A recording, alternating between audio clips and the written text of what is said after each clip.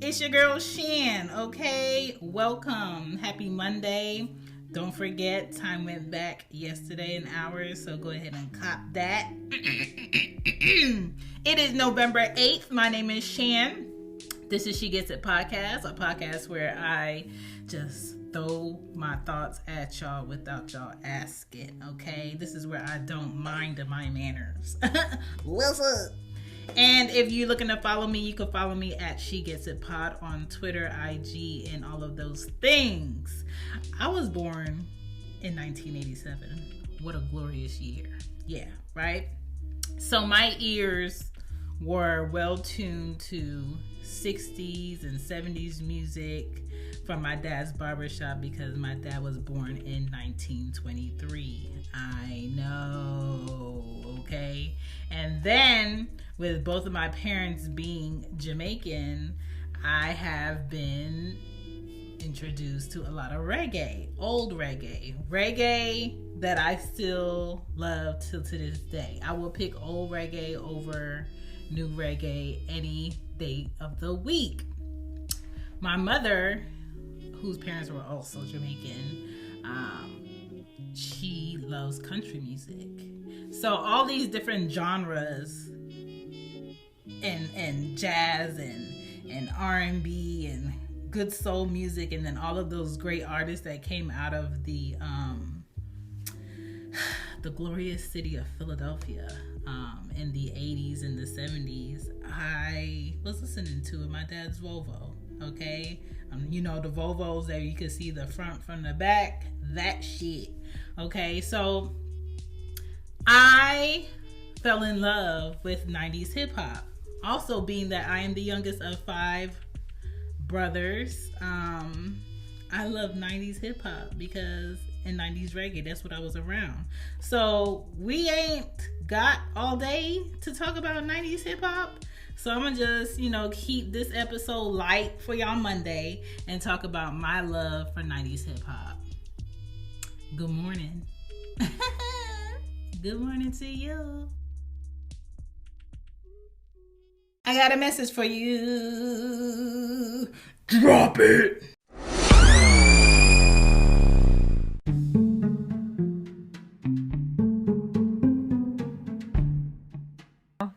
I know most of y'all know that the girl be busy, right? She busy. Hashtag she busy. But I have another podcast that I also collaborate with 2 other friends, Kiki and Casey. And it's a on-the-go book club. So if you're looking for a new podcast to get into for fall or what have you, we are on our 8th season. It's called So What Page We On Be. All right? Look it up. All right? And we are currently reading Confessions of a Video Vixen by Corinne Steffens. It's an old goodie, picked out by Casey. Every season we go on rotation of who picks the book. So I think we have about 2 more episodes left for this season to discuss the book. We pick chapters and we discuss it, and then we talk about what the hell is going on in our lives and shit. And then that's basically it. Okay, so it's just like overhearing friends talk about adulting and making it through and their goals and shit. And so what did y'all think about the chapters we just read? So, but that's basically it. It's a real down-to-earth just get together about a book and what else we got going on. It's a bi-weekly podcast, so don't worry about listening to it every day. We do it every other week. And if you want to get into it. If you are too late because you're almost done with this book, you can get into our next book. Our next book will start in December. I think the 3rd is where we discuss the first few chapters. And we're going to be reading Taraji's book, her memoir. So go ahead and cop it. Get it. Amazon is usually the cheapest route to go. And read along with this in December. But I just wanted to throw that out there. Also, if you're looking for any other podcasts, You can check out The Real Relationship Rapport. That's another podcast I have. I do that with Dungeon. We just talk about relationship things twice a month. Then we have Loudmouth Stereo Podcast. I do that with Greg from Young Black and Bothered. We are taking a November hiatus, so just chill on that. We'll be back in December, but that's also a good podcast to get into. What else do I have? Cozy Womb Podcast. Cozy Womb Podcast is my first actual podcast that I ever made, y'all. Yes, the first one. I started it in, I want to say February of 2018. And then She Gets a Podcast started in March of 2018. So if you are a parent, if someone has skeeted and now y'all are going to follow through and y'all are going to raise this child, if you need some tips and things, check out Cozy Womb Podcast. It's a podcast where I honestly give you insight on the parenting things. This season, I am on season 14 with that podcast, and I am straight talking about parenting myths, okay? Things people say about parenting, around parenting, that are not really true.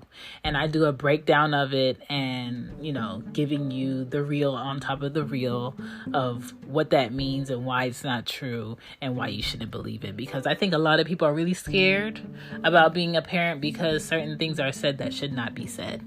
So I'm attacking parenting myths every Monday for season 14 of Cozy Womb Podcast.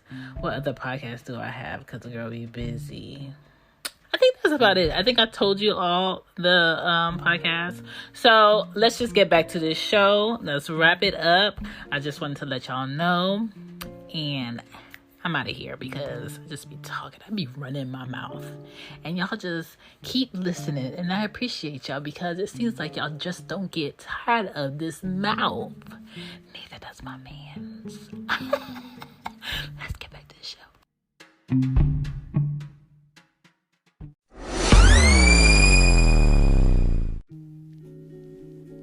All right, so I already told y'all, yes, I am the youngest of 5 on my mom, and then my dad had 2 older children. So I have a sister and brother that my dad had from a previous relationship, but they're much older than me, so they are close to my mom's age, which is kind of weird. I know my parents were 30 years apart. Story for another day. So I listened to what my mother's sons listened to mostly, and my cousins played. So I lived in Philly, Maryland, Florida, Atlanta, NYC. I'm an East Coast girl, okay? I'm not saying I discredit hip hop from any other coast, but for the most part, what I love to listen to is my East Coast hip hop head things, okay? I miss music feeling good and sounding different and being okay and very secure in its own originality. That is something that I feel like a lot of music today is missing. Is 1, originality, 2, different sounds that they're not afraid to share, and a plethora of labels that are not scared to bring something new to the table. Excuse me, okay? And I miss that. So I'm gonna just give a rundown on the things that I miss and what I like. If you hear an artist that you ain't never heard of, I don't know when you were born, and you're listening to my show, She Gets a Podcast, welcome.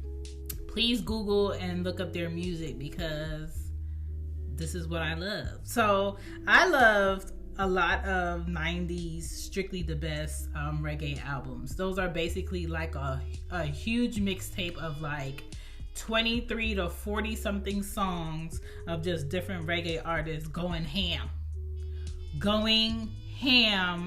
on different sounds and just gloriousness. If gloriousness was a definition thing, Strictly the Best reggae mix albums would be it, okay? Jodeci, 90's love, okay? Biggie Smalls, 90's love. Bone Thugs and Harmony, 90's love. Two Live Crew. Ain't had no business listening to them, but I love it. 90's Janet Jackson, Shut Your Face. The Fugees. Like, how you like hip hop and you don't know the Fugees? You don't listen to the Fugees? You don't respect the Fugees? Puff Daddy. No, I did not say P. Diddy. I said Puff Daddy. Songs. His remixes. Amazing. Naughty by Nature. Yes, I know. Still have their album. Yes, and I have CDs. I have a CD case that is under my bed, slightly dusty. But sometimes I pull it out because I'm just like, I just wanted something more tangible than just downloading something that Apple may not have, Spotify may not have, Tidal may not have. I got that shit. I just need a CD player. Or a DVD player. Or a PlayStation. Like, I'm gonna play this shit. 112, like, and then shout outs to the platforms that played music videos. Shout out to the Music Box, where you would watch a channel, they will play videos all day and give you a number rundown on what artist and song you would like to see the video from, and you would basically pay like, I think it was like 99 cents to call in and request a certain video to play.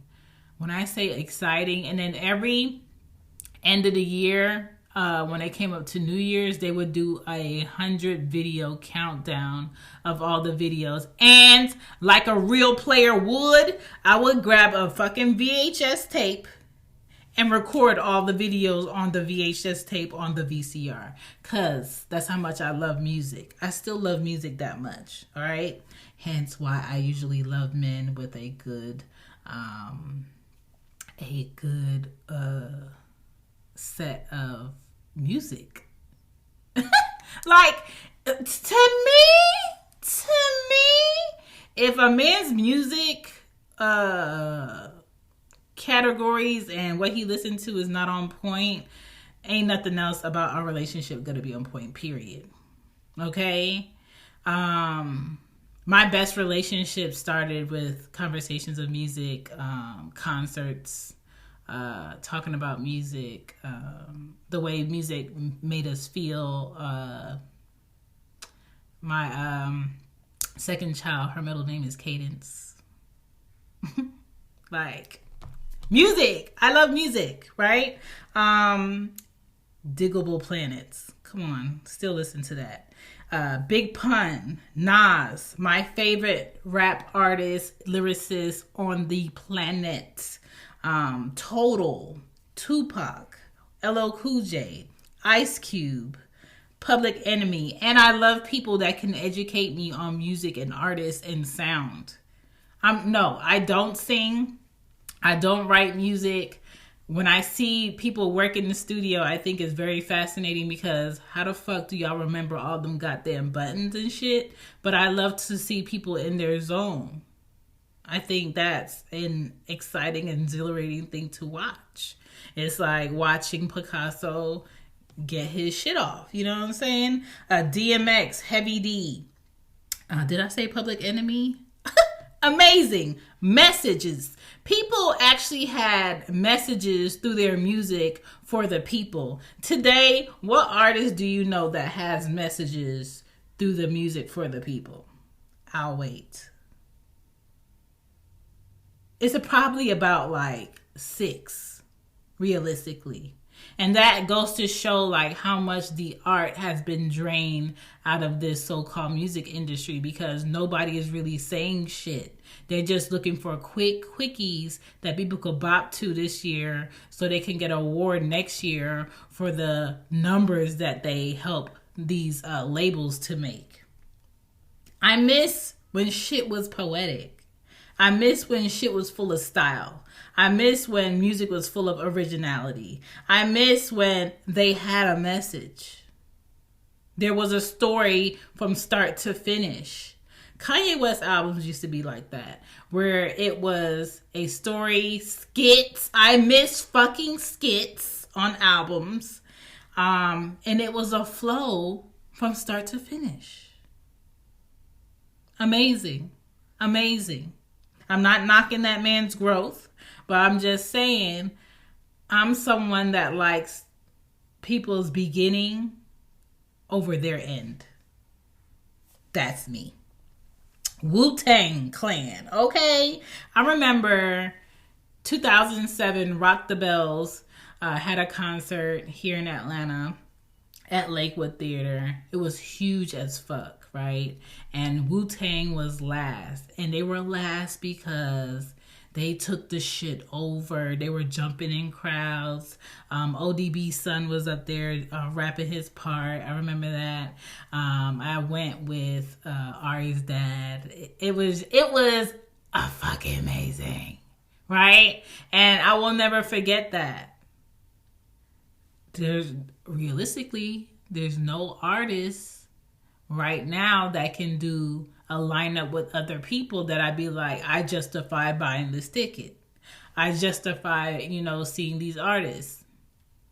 Rare. Because I feel like they put gems in the mix of bullshit artists when it comes to these concerts and then be like, let me get your rent money. No, the fuck you won't. No. And then I'm short as shit. And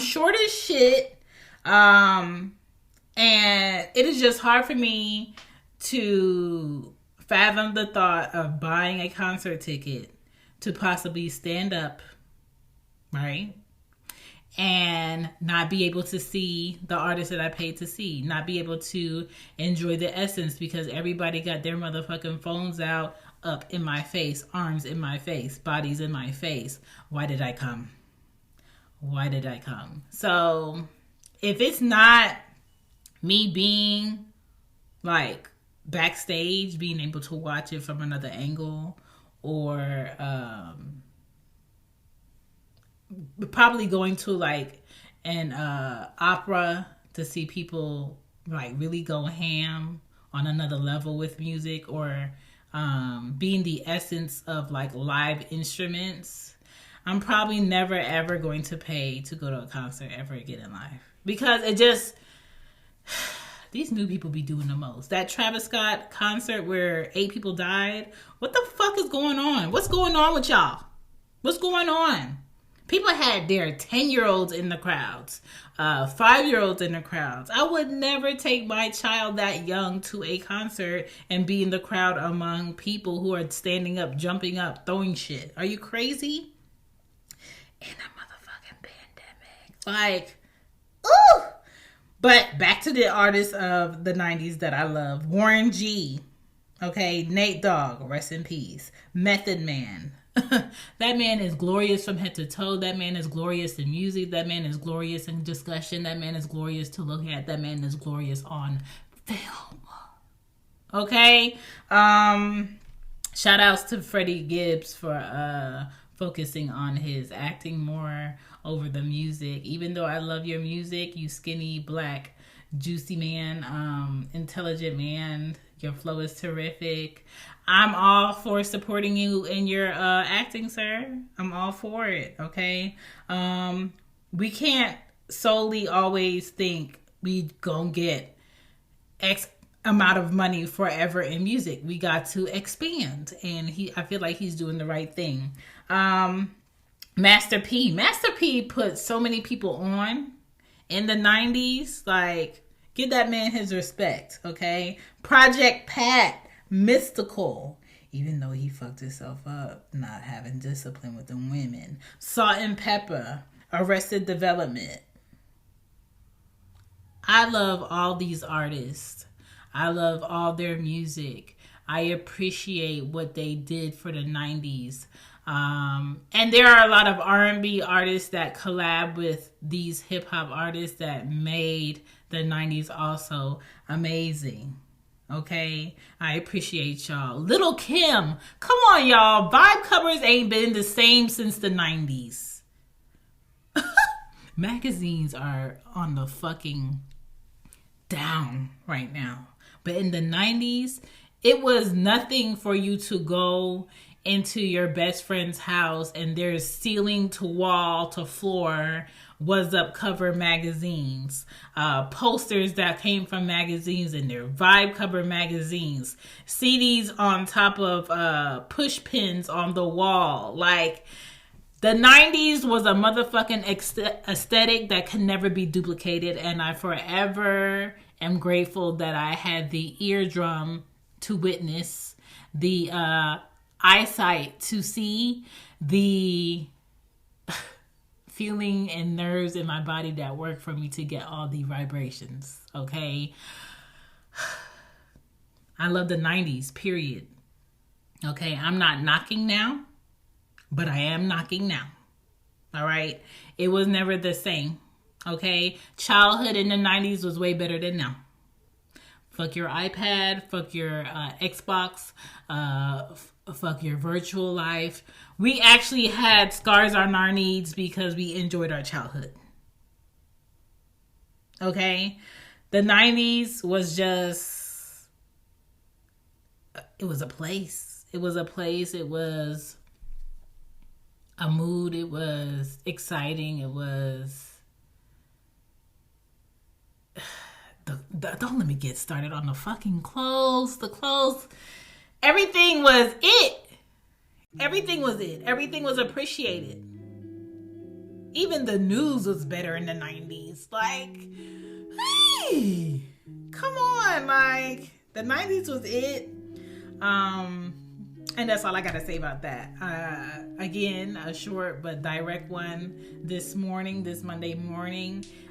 If you love the 90s like I love the 90s, you can check out some merch about the 90s on Who Is Shan Shop, where I made a mug that says I love the 90s. I think it's like a shirt or a bag or a sticker that says I love the 90s, because I love that shit. So I appreciate y'all for listening. Thank y'all for listening. Check out the other shows if you're interested in the other shows. I appreciate y'all. Thank you for everybody that bought merch the beginning of November with that promo code. I appreciate y'all. Hope y'all enjoyed y'all 15% off, because I know y'all got other shit to buy. And just like that, I'm going to see you on Wednesday, because the girl is what? She busy.